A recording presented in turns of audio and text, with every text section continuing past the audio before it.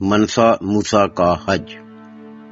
دوستو، ہم نے تاریخ میں گزرے بہت سے حکمرانوں کے نام سنے ہیں اور کافی حد تک ہم ان کے بارے میں جانتے بھی ہیں۔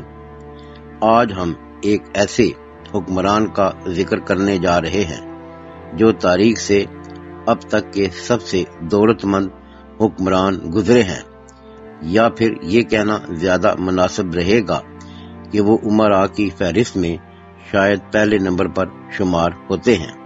منسا موسیٰ سلطنت مالی کے مشہور اور نیک حکمران تھے۔ ان کا دور حکومت 1312 سے 1337 ہے۔ ان کی سلطنت 4000 مربع کلومیٹر تک پھیلی تھی۔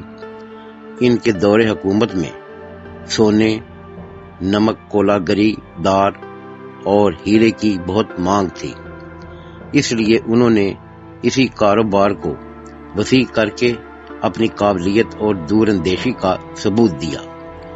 اسلامی نقطہ نظر سے دیکھا جائے تو وہ ایک اہم مسلمان گسر تھے اور ان کی تجارت اور نظریات مالی، شمالی افریقہ، اسپین، مصر اور عرب کے درمیان آزادانہ طور پر پھیل رہی تھی۔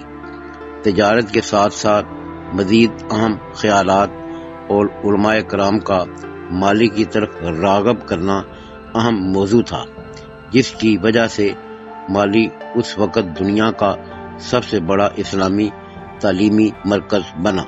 مشرق وسطیٰ میں منسا موسیٰ کی شہرت کی وجہ ان کا سفر حج تھا۔ ذرائع کے مطابق ان کا دورانیہ سفر 1 سال تھا، اور ان کا کہنا ہے کہ ان کی دولت کا اندازہ اس بات سے لگایا جا سکتا ہے کہ 1324 میں انہوں نے اپنے ملک کے 60,000 افراد کے ہمراہ حج کا سفر طے کیا۔ بس یہی نہیں بلکہ ان میں سے 12,000 غلاموں کو کئی ٹن سونا اور ہیرے جواہرات بھی اٹھوائے۔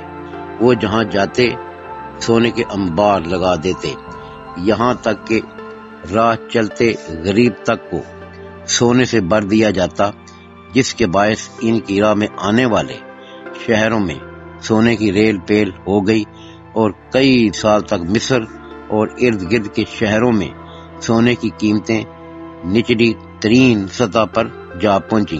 دوران سفر سونے اور ہیروں کی برسات کے ساتھ ساتھ وہ ہر یوم جمعہ ایک مسجد تعمیر کرواتے، اور یہ مساجد آج بھی مصر اور کیرا کے مقامات پر موجود ہے۔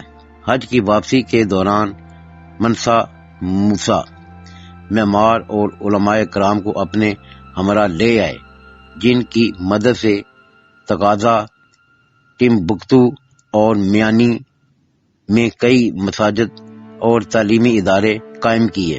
منسا موسیٰ جیسا حج نہ تاریخ میں کسی نے کیا اور نہ ہی شاید کوئی کرے گا۔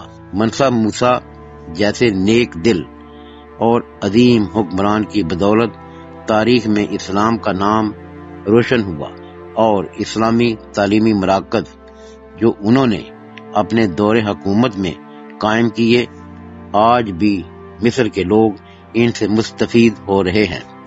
یعنی آج بھی اسلام کا نام زندہ رہنے کے تاریخی ذرائع صفحہ ہستی پر موجود ہے۔